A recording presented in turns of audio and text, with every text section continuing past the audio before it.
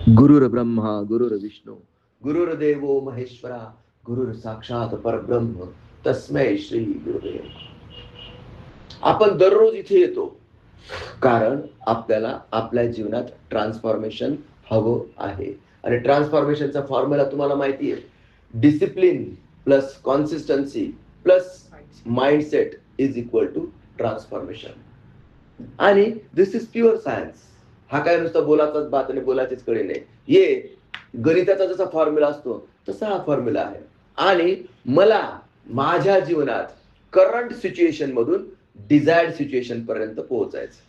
त्याच्यासाठी मला 3 गोष्टी आवश्यक आहेत. डिसिप्लिन, कन्सिस्टन्सी आणि पॉझिटिव्ह माइंडसेट. आणि डिसिप्लिन म्हणजे काय तुम्हाला मी सांगितलं की त्या दिवशी. डिसिप्लिन म्हणजे मनाचं न ऐकणे. Yes or no. मन म्हणतं नको उठू रे सकाळी. आज पण माझं मन म्हणत होतो जाऊ दे यार आज नको जाऊ, मस्तपैकी 9 वाजता जाऊ. दर्शनाचा फोन आला की मग जाऊ. आत्तापासून कशाला जायचं. आणि याचं कारण काय माहिती का. सकाळी सकाळी नम्रताने मुलांच्या डब्यासाठी एकदम मस्त पनीर रोल बनवले होते.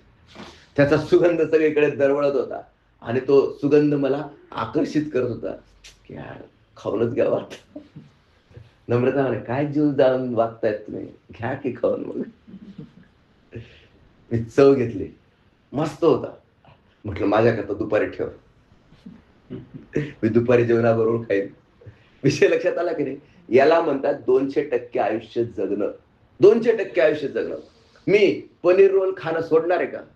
मी खाणारच आहे. तर कधी कधी दुपारी जेवणाबरोबर. आत्ता खाल्लं असतं तर माझ्याकडनं साधना झाली नसती. याला म्हणायचा संयम. विषय समजला का तुम्हाला. कोणतीही गोष्ट आपल्याला सोडायची गरज नाहीये. जो छूटना है वो छूट जाएगा, जो जलना है वो जल जाएगा, जो गलना है वो गल जाएगा. आता पनीर रोल खाणं किंवा मला खावंसं वाटणं हे काही चुकीचं नाही किंवा वाईट नाहीये. हा, पण मला दारू प्यावीशी वाटणं हा हे चुकीचं आहे. मला नॉनव्हेज खावंसं वाटणं हे चुकीचं आहे. का. याचं कारण असं, नॉन व्हेजिटेरियन फूड हे कुणाच्या तरी हत्येशिवाय तयारच होऊ शकत नाही. Yes or no. कोंबडीला मारावं लागेल, कोंबडीला मारावं लागेल. ती बिचारी तरफडेल, तिचे पिसं उपटले जातील, तिला गरम पाण्यात टाकलं जाईल, मग तिची मान कापली जाईल, ती तरफडेल थोडा वेळ. ते कोणालाच बघावं असं वाटत नाही. इव्हन तो खाटी असतो कापणारा, तो काय करतो माहिती का, गरम पाण्यात पहिले तिला बुडवतो, तिची पिसं उपटून टाकतो आणि मग सगळ्यात शेवटी तिची मान कापतो. ते रक्त एका बाजूला वाहतं आणि तिला एका बकेटमध्ये टाकून देतो. ती शांत झाली पूर्ण की मग तिचे तुकडे करायला घेतो. हे दृश्य बघितलंय तुम्ही. अंगावर काटे आलेत ना. हो, माझा उद्देश तोच आहे की तुमच्या सगळ्यांच्या अंगावर काटे यावेत. हे अतिशय बिभत्स दृश्य आहे. पण किती लोक चवीने खातात. तांबडा रस्सा, पांढरा रस्सा. Yes or no. तुम्हाला विषय समजतोय. मला सांगायचं काय, मला तुम्हाला जागृत करायचंय, मला तुम्हाला सजग करायचंय. मला कोणीतरी माझ्याशी डिबेट करताना म्हटलं की मग तुम्ही कोंबडीला मारतात त्याला तुम्ही हत्या म्हणतात आणि गहू कापतात त्याला हत्या नाही म्हणत का तुम्ही. हा यार म्हटलं बरोबर आहे तुझं म्हणणं. किती हुशार आहे तू, तुला ज्ञान कुठून मिळालंय म्हटलं एवढं. जो माझ्याशी डिबेट करत होता त्याला मी म्हटलं एक मला सांग, हे खाटीक खाटीक कोंबडी कापतो तो एक दृश्य आहे आणि दुसरं एक दृश्य आहे की भरपूर गहू शेतात पेरलेला आहे, मस्तपैकी तो तरारून आलेला आहे, त्याच्या ओंब्या, त्याचा तो सुगंध, तो झाडा त्याच्या ताटव्यावर असतो तेव्हाचा त्या बघितल्यात तर तुम्ही त्याच्या त्या ओंब्या, गव्हाच्या ओंब्या. आणि गव्हाच्या शेतातून फिरला असाल तर त्याच्यात एक सुगंध तुम्हाला जाणवतो. Yes or no. गव्हाच्या शेतात जर तुम्ही फिरला असाल तर त्याच्यात एक वेगळाच सुगंध असतो. मग ते पूर्ण गव्हाचे दाणे ताईटून जातात, परिपूर्ण होऊन जातात. तो गव्हाचा रंग पहिले हिरवा असतो, हिरव्याकडून पांढरा होतो आणि पांढऱ्याकडून तांबूस कलर व्हायला लागतो. बघितलंय तुम्ही ट्रान्सफॉर्मेशन. आणि मग तांबूस कलर झाला का शेतकरी काय करतो, कापतो. हिरवा असताना कापतो का तो. विषय हा महत्वाचा फरक आहे. हा महत्वाचा फरक आहे त्या कोंबडं कापण्यामागे आणि गहू कापण्यामागे. ज्यावेळेस त्याचा तांबूस कलर होतो त्यावेळेस तो गहू कापला जातो. तो गहू कापून त्याची मळणी केली जाते आणि त्याची रास रचली जाते. काय रचली जाते? खळ्यामध्ये रास रचली जाते आणि त्या खळ्यातले त्या गव्हाच्या राशीचे पोते भरताना जर तुम्ही बघितलं असेल, शेतकरी घाम गाळून कढईने ते गहू कढईमध्ये भरतो पावडीने आणि त्या पोत्यामध्ये टाकतो. तो सुगंध जर तुम्ही कधी अनुभवला नसेल तर एक वेळेस अवश्य अनुभवा. आणि एका बाजूला हे दृश्य आणि दुसऱ्या बाजूला कोंबडी कापल्याचं दृश्य. तुम्ही मला सांगा विच इज बेटर आणि विच इज बेस्ट. याच्यावरून आपल्याला समजतं की आपण काय खावं आणि आपण काय खाऊ नये. Yes or no? आणि दारू पिऊन जर मज्जा येत असेल तर हो, अवश्य पिली पाहिजे. पण दारू पिऊन जर गटारीत लोळतानाही आपण गटारीला गटार म्हणू शकत नसेल, आपली चप्पल कुठे तर आपली सायकल कुठे, अशी जर आपली अवस्था होत असेल, आपल्याला ओरखडलेला असेल आणि त्या डुकरांमध्ये आपल्यामध्ये काहीच फरक राहत नसेल, आणि सगळ्यात महत्वाची गोष्ट म्हणजे काय, अशा व्यक्तीला बघून जर रस्त्यावर एखादा ऍक्सिडेंट झाला तर 100 माणसं धावून येतील त्याला वाचवण्यासाठी. पण गटारीच्या कडेला दारू पिऊन पडलेल्या माणसाला वाचवण्याकरता कोण येतं? तुम्ही बघितलंय? कोणीच येत नाही. उलट सगळे पडलंय दारू पिऊन तो बघा कसा भनंग, असंच म्हणून जातात. त्याच्याविषयी चांगलं कोणी म्हणतं का? आणि म्हणून दारू पिणं वाईट आहे. समजून घ्या. प्रत्येक गोष्ट नीट सदविवेक बुद्धीने जागृत होऊन तपासा आणि योग्य काय आहे त्याचा स्वीकार करा आणि जे अयोग्य काय आहे ते सोडून द्या. चैतन्य जीवनशास्त्र आपल्याला दररोज इथे शिकवतं काय? पॉझिटिव्ह आत, निगेटिव्ह बाहेर. पॉझिटिव्ह म्हणजे काय? दया, प्रेम, भक्ती, श्रद्धा आणि आनंद. आणि निगेटिव्ह म्हणजे काय? काम, क्रोध, मद, मोह, मत्सर, ईर्षा, द्वेष, आळस आणि प्रमाद. तुम्हाला सांगतो अनेक वेळा दिवसात असे अनेक प्रसंग येतात की मोह आपल्यावर जाळा टाकतो. जसं पनीर रोलने माझ्यावर जाळा टाकला सकाळी सकाळी. विषय लक्षात आला की नाही? मग या मोहाने मला हरवलं का जिंकवलं? या मोहाला मी हरवलं की नाही? मी इथं आलो म्हणजे मोहाला मी हरवलं. Yes or no? आणि जर आलो नसतो तर मी मोहाने मला हरवलं. विषय समजतोय तुम्हाला? हा, मी टेस्ट घेतली पण ते टेस्ट घेतल्याने काही फरक नाही पडला मला. माझी साधनं काही चुकले नाही. विषय समजून घ्या मला काय म्हणायचंय. इथं माझा विवेक जागृत आहे. मी प्रत्येक क्षणाला सजग आहे आणि मी कबूल करतो की हो, मी मोहात पडलो होतो. कुणाच्या? पनीर रोलच्या. Are you getting what I am trying to tell you? आणि माझ्या या उदाहरणावरून मी तुम्हाला सांगतो की तुमच्याही आयुष्यात असे अनेक प्रसंग येतात. बाळा, तू आज मला बऱ्याच दिवसातून दिसतोयस. तुझ्या आयुष्यात काय काय मोहाचे प्रसंग आलेत की तू येऊ शकला नाहीस? बाहेर गेला होता. कुठे? किती दिवस? 2-3 दिवस गेला होता. पण तू तर इथं 10-12 दिवसापासून दिसत नाही मला. किती दिवसापासून आला नाहीस तू इथं? बोल, लाजू नको. मी काय मास्तर थोडी हातात छडी घेतलं ना. बोल. 2-3 आठवडे तू आला नाही. मग माझा प्रश्न तुला तोच आहे की 2-3 दिवस तू गावाला गेला होता, पण 2-3 आठवडे का आला नाही इथं? काय यावंसं वाटलं नाही तुला? जे वाटतं ते सांग. खोटं बोलू नको. अरे बोल की, काय यावंसं वाटलं नाही तुला? सकाळी कुठे तू बिझी होतास का? कुठे गेला होतास का? गावाला 2-3 दिवस गेला. उरलेल्या दिवसाचं काय हिशोब? बोल की, आळस होता असं बोल की. बोल. होता की नव्हता? नक्की? लाजतो कशाला? छाती टोकून सांग. जसं मी छाती टोकून सांगतो काय पनीर रोल, तसं तू पण सांग. सर,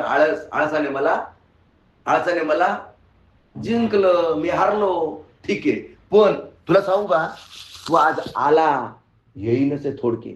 अनेक लोक तर येत पण नाहीत, फिरकत पण नाहीत. त्या नशीबवान लोकांपैकी तू एक आहेस की निदान आज तरी तुला यावंसं वाटलं. पण आज तू तुझ्या मनाने आला की तुला कोणी ढुशा दिला? नक्की का खोटं बोलतोयस? याला जरा ढुशा देत जा रे. म्हणजे येत जाईल रोज. याच्या आळसावर त्याच्या स्वतःकडनं विजय मिळवला जात नाहीये. मग त्याला काय लागणार आहे? बुस्टर लागणार आहे कोणाचा तरी. जसा मी रोज तुम्हाला बुस्टर देतो तसा व्यंकटेश त्याला बुस्टर देणार काय आहे? अपेक्षित आहे, तर तो येऊ शकेल ना. आता 3-4 आठवडे, 3 आठवडे तो आला नाही, 3 आठवडे तो आला नाही, त्याच्याने त्याचं काय नुकसान झालं? जे काही ट्रान्सफॉर्मेशन होणार होतं ते स्लो झालं. Yes or no? हो, स्लो होणार की नाही होणार? मग एका बाजूला त्याच्या डिझायर्स असतील, एका बाजूला त्याच्या डिझायर्स असेल की मी याव करेल, मी त्याव करेल, मी असं करेल, तसं करेल. अरे हो, पण त्याच्याकरता सगळ्यात पहिली अडचण आहे, तुला तुझ्या आळसावर विजय मिळवावा लागेल. मी एमबीबीएस असाच नाही झालो, मी माझ्या आळसावर विजय मिळवला अभ्यास करून. अभ्यास करून बाहेर बाहेर त्या गरबा चालायचा. मला आठवतं एमबीबीएसच्या एक्झामच्या काळात पण नाही, रुटीनली गरबा चालायचा. लोक मला बोलवायचे, अरे चल रे, अरे खूप मजा येते रे, खूप पोरे दिसतात रे, असं होतं रे, तसं होतं रे.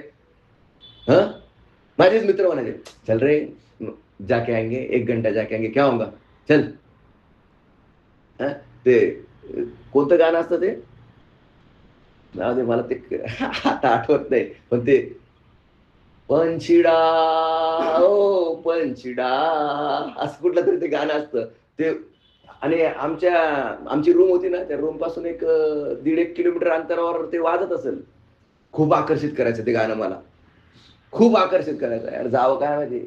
आणि मित्र पण सांगायचे, अरे मजा येते यार, पण ते मला खेळता नाही येत यार, मला ते नाचता येत नाही यार, असं म्हणून मी परत नको यार. त्या त्या मोहावर जर विजय मिळवला नसता तर आज मी इथं बसलो असतो का? डॉक्टर म्हणून तुम्ही मला डॉक्टर म्हटलं असतं का? समजून घ्या मला काय म्हणायचं. मला माझी स्तुती नाही करायची, मी तुम्हाला एक एक गोष्ट उलगडून सांगतोय की त्यावेळेस मी त्या मोहावर विजय मिळवला म्हणून मी आज इथं आहे. Yes or no? मग तुम्हाला पण या आळसावर, या मोहावर मात करावी लागेल आणि क्षणोक्षणी तो आपल्यावर जाळा टाकतो, तो आपल्यावर जाळा टाकतो.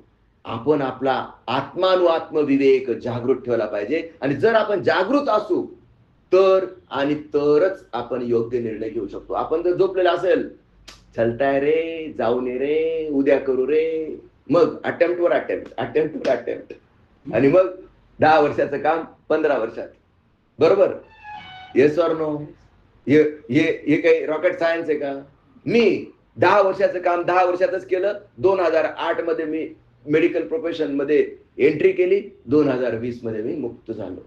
म्हणजे मेडिकल प्रोफेशनशी रिलेटेड मला जे काही करायचं होतं ते सगळं माझं 2020 पर्यंत करून झालं. 12 वर्षात कसं केलं? 12 वर्षात कसं केलं? याचं श्रेय फक्त आणि फक्त माझ्या गुरु परंपरेचा आशीर्वाद आणि चैतन्य जीवनशास्त्र. साधना, सेवा, सत्संगाच्या मार्गावर चला. 100% तुमचं भौतिक जीवन आणि 100% तुमचं आध्यात्मिक जीवन, आणि अशा प्रकारे 200% आयुष्य तुम्ही जगा. इथं आता ह्या पोराचं जर चरित्र घडवायचं असेल तर कोण घडवणार आहे? स्वतःच घडवणार आहे. आपो दीप भव. कोणीही कुणाचंही नशीब बदलू शकत नाही. तुझाच प्रयत्न करावा लागेल बाबा. तुला या तुझ्या स्वतःच्या आळसावर, तुझ्या स्वतःच्या मोहावर, तुझ्या स्वतःच्या ईर्ष्या आणि द्वेषाकडे सजगतेने बघायला लागेल. आणि पहिली स्टेपच ही आहे की तुला कळायला तर पाहिजे की हा मोह मला जिंकतोय असं, हा मोह मला जिंकतोय असं. मी सेकंड एमबीबीएस ला किती वय असेल माझं? 23-24. आणि 23-24व्या वर्षी माणसाच्या भावना कशा असतात विशेष समजतोय का तुम्हाला? तुझं वय किती रे आता? 21. म्हणजे बरोबर याच दरम्यान होतो. आणि सारखं वाटतं, काय वाटतं? तिचा ड्रेस कसा आहे आणि ती कशी चालते. Yes or no? इमानदारीने कबूल करा. आता हे same for opposite sex, not only for mails. कदाचित थोडस मेल्स मध्ये जास्त राहत असेल, मला फेमिनाईन नेचरचा तेवढा अनुभव नाहीये. त्यांच्या मनात काय चालतं ते फक्त आगब्बाई आरेच्या बघितल्यावरच कळतं. बघितलंय का तुम्ही आगब्बाई आरेच्या? तोच आहे ना मराठी पिक्चर? येस. त्या बायांच्या मनात काय काय काय काय काय काय चालतं, त्यांच्या मनात काय चालतं ते कोणी ब्रह्मदेवाला पण कळू शकत नाही. तर त्याच्यामुळे तो विषयांतर होऊन जाईल, त्याच्यामुळे तो विषय वेगळा आहे. मला सांगायचा मुद्दा लक्षात आला की नाही? 22-23व्या वर्षी मुलांना काय वाटतं, मुलींना काय वाटतं, आणि त्यावेळेस तुमच्या समोर अभ्यासाचा ढीग असतो. तुमच्या समोर अभ्यासाचा काय असतो, ढीग असतो. आणि मग तुम्हाला त्या परीक्षा पास करायच्या असतात. मग नातेवाईकांचं लग्नाचा तुम्हाला त्याग करावा लागतो. नंतर दिवाळी असेल तर दिवाळी फटाक्यांचा त्याग करावा लागतो. नाहीतर सकाळी जायचं आणि संध्याकाळी येऊन लागायचं. बरोबर. म्हणजे एखादा माणूस जॉब करतो ना, जॉब मध्ये जसं त्याला लिमिटेड रजा असतात, त्याच्याही पेक्षा वाईट अवस्था मला असं वाटतं की एमबीबीएस करणाऱ्या डॉक्टरांची असते. आणि मला खरंच आश्चर्य वाटतं की लोक 1-1 करोड का खर्च करतात डॉक्टर बनण्यासाठी. आता जे मी ऐकतोय, ठीक आहे, काही काहींना फ्री सीट मध्ये ऍडमिशन मिळून जात असेल, पण बऱ्याच लोकांना फ्री सीट मध्ये ऍडमिशन मिळत नाही. आणि त्यांच्याकडे मेंदू पण नसतो आणि घरातल्यांकडे पैसे पण नसतात, पण डिझायर मात्र मोठी असते की माझं पोरगं डॉक्टर झालंच पाहिजे. डॉक्टर झालं का मग खोऱ्याने पैसा. व्यंकटेश, डॉक्टर झालं की खोऱ्याने पैसा मिळतो का रे? नाही मिळत, नाही मिळत. प्रयत्न कन रगडिता वाळूचे तेलही गळे. तुम्हाला सांगतो हे सोपं नाहीये. मी तुम्हाला सांगतो 1-1 करोड रुपये डॉक्टर खर्च करतात म्हणजे डॉक्टर होण्यासाठी. आता जे माझ्याकडे काल तो सर्टिफिकेट घ्यायला आला होता ना रे, पाटील. मार्क किती मिळाले, ऍडमिशन कुठे मिळेल, गव्हर्नमेंट मध्ये मिळणार नाही, प्रायव्हेट मध्ये करावं लागेल. म्हणजे कमीत कमी 1 ते 1.5 करोड रुपये खर्च करायला लागेल एमबीबीएस व्हायला. म्हणजे किती, 5 वर्ष. त्याच्यानंतर 5 वर्ष पोस्ट ग्रॅज्युएशन, 1 वर्ष इंटर्नशिपचा, आणि अशा 11 वर्ष जर तुम्ही 1 करोड रुपये बँकेत ठेवले तर त्याचं व्याज किती होतं? मला सांगा, 1 करोड रुपये खर्च करून डॉक्टर बनणं मूर्खपणाचं लक्षण आहे की नाहीये? पण डिझायर असते. आणि डिझायर कुणाची असते? जनरली मुलांची नसते, आई वडिलांची असते. आणि त्या आई वडिलांची डिझायर मुलांमध्ये काय करतात, ते इनकॉर्पोरेट करतात. आणि मग मुलांना कोटाला पाठव, इकडे पाठव, तिकडे पाठव, आणि त्यांच्यावर दाब दडप कर, त्यांच्यावर प्रेशराईज कर. आणि पण त्याचा IQ आहे का तेवढा, त्याचाही विचार केला जात नाही. वेगवेगळ्या ट्युशन्स लावल्या जातात, ट्युशन्सवर भरमसाठ खर्च केला जातो, आणि शेवटी कधी कधी ते मुलं शेवटचा टोकाचा निर्णय सुद्धा घेतात. Yes or no? कोटाचं तुम्ही किती मुलांनी आत्महत्या केल्यात त्याचा जरा डाटा उघडून बघा, तुमच्या लक्षात येईल. आणि काय चाललंय, बुडत आहे जन पहावे ना डोळा, बुडत आहे जन पहावे ना डोळा. याचा सार विचार करणं अवश्य. डॉक्टर बनावं, डॉक्टर बनणं, मी एक डॉक्टर आहे, डॉक्टर बनणं अजिबात चुकीचं नाही, वाईट नाही. पण फ्री सीटचं ऍडमिशन असेल तर, पैसे भरून जर कोणी डॉक्टर बनणार असेल तर मी खरंच त्यांना विनम्र विनंती करतो की, मी एक डॉक्टर म्हणून विनंती करतो की अजिबात एवढा खर्च करू नका. कारण इन्शुरन्स कंपन्या तुम्हाला जगू देत नाहीत. काय रे व्यंकटेश, खरंय का नाही?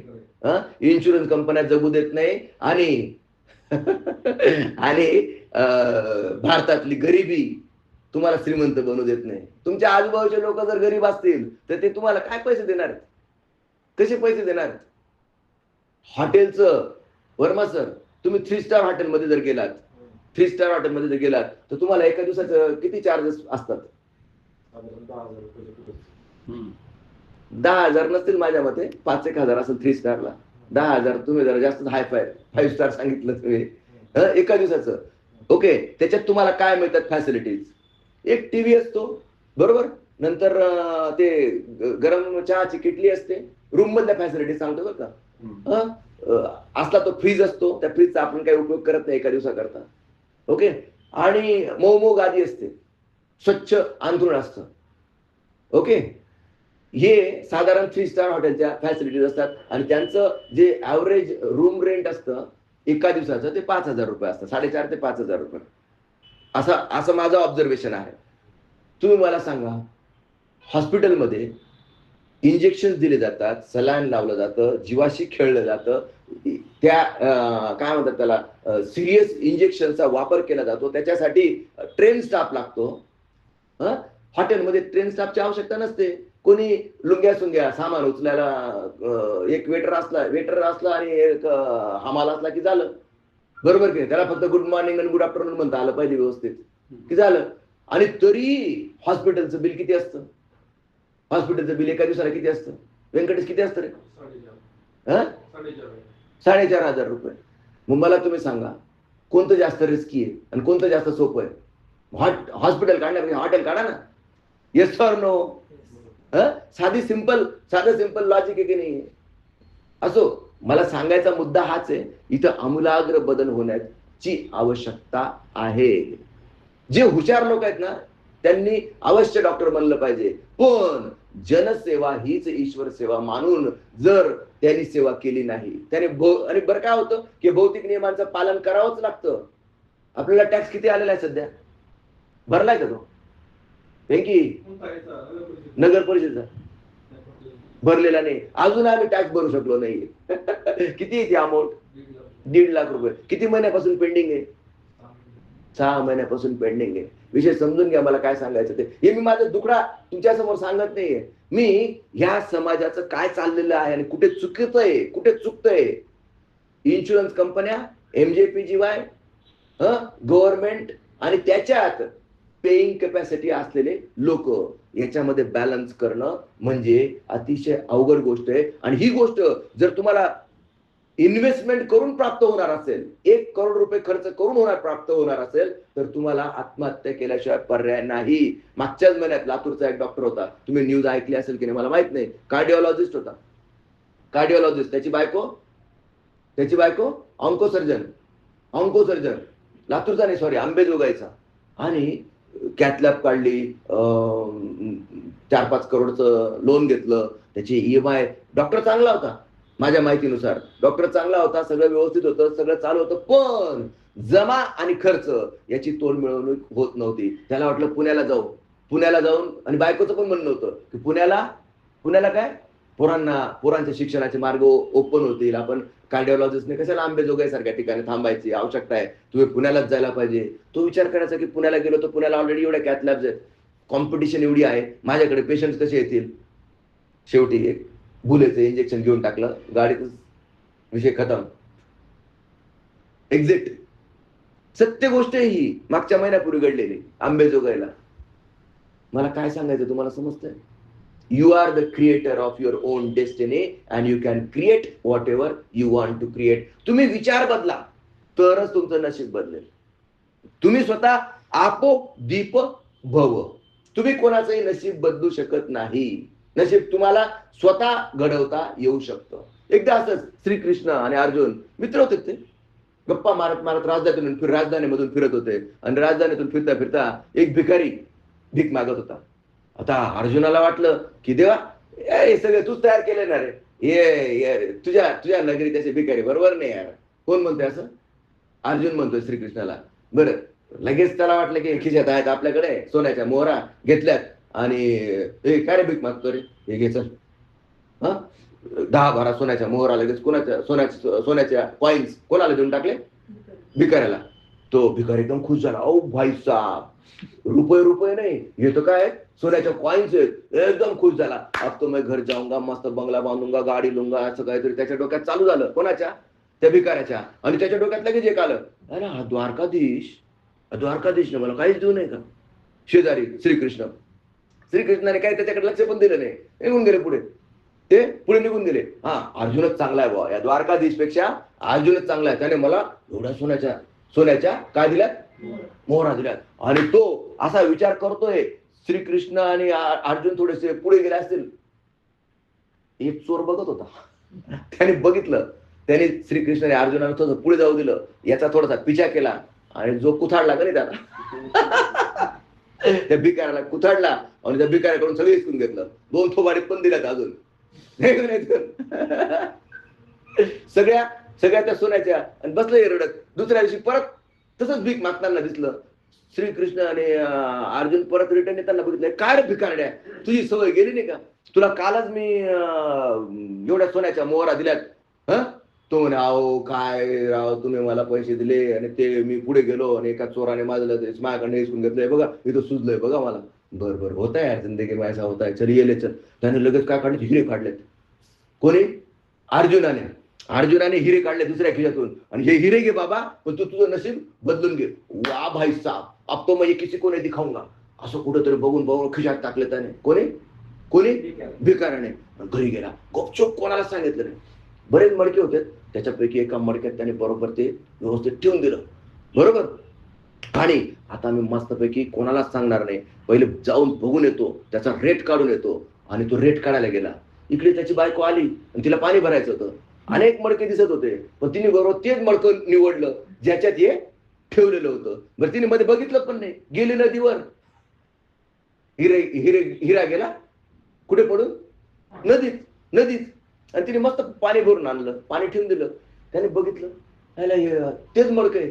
आणि या मडक्यातलं कुठे गेलं? पुन्हा डोक्याला हात.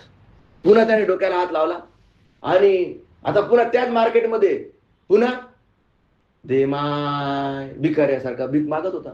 आता अर्जुन आणि श्रीकृष्ण परत त्या रस्त्याने गेले. अरे तू परत भीक मागतोय? अरे भिकारड्याचं तुझं नशीब बदलण्याचा मी एवढा प्रयत्न करतोय, तुझं नशीब बदलत कसं नाही? तो श्रीकृष्ण हसला. अब तो तेरा तिकीट मेरे को ही फाडना पडेगा भाई. त्यांनी अर्जुनाला दाखवलं. आता बघ म्हणे, श्रीकृष्णाने फक्त डाव्या खिशातून 2 पैसे काढले. किती? 2 पैसे. ते सोन्याचे होते ना, त्या सोन्याच्या मोहरा होत्या. दिलं त्या तोंडावर फेकून. कुणाच्या?